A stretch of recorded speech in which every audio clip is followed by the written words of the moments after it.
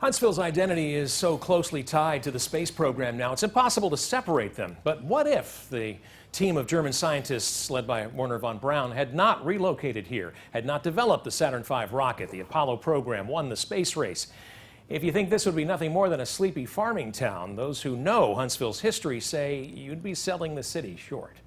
I can imagine a Huntsville that's still, in a lot of ways, smaller, certainly, but in a lot of ways, not unlike it is today. David Hitt is president of the Huntsville-Madison County Historical Society. We met at one of the oldest buildings in Huntsville, Harrison Brothers Hardware, established at the turn of the last century. So this building goes back to 1897. About the same time Huntsville was turning from farming to manufacturing. Hitt says technology and reinvention has always been part of the city's DNA. Huntsville had one of the first municipal water systems. In 1892, one of the first cities with residential indoor electric lighting. By the dawn of the 20th century, Huntsville was a nationwide leader for textile mills.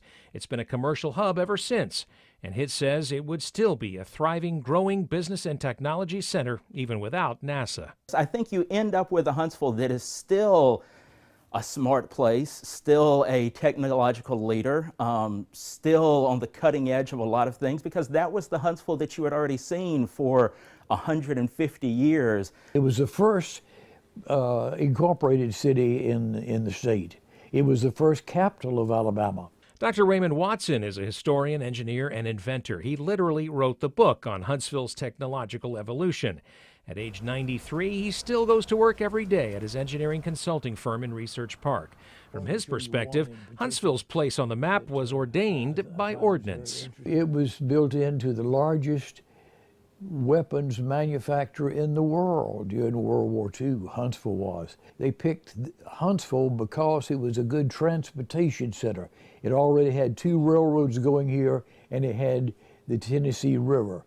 By the 50s, Huntsville was well on its way to claiming a top-tier technology ranking. Again, there's kind of this perception that Huntsville was this sleepy little southern town that was just sitting here minding our own watercress business when the German rocket team suddenly showed up and brought us kicking and screaming into the future.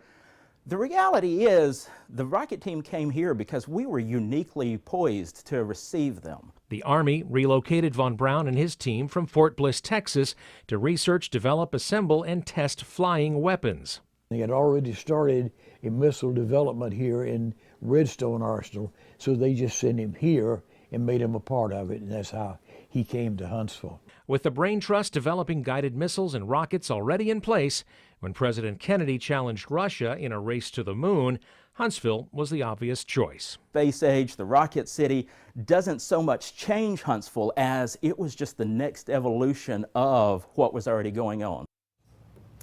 Now, you heard Hitt there in the piece mention Huntsville's watercress industry. Fun fact, in the late 50s and early 60s, Huntsville was known as the watercress capital of the world. We grew tons of the peppery little leafy vegetable here, shipped all around the world. It was our claim to fame until, well, let's just say Rocket City sounds a lot better than Watercress City.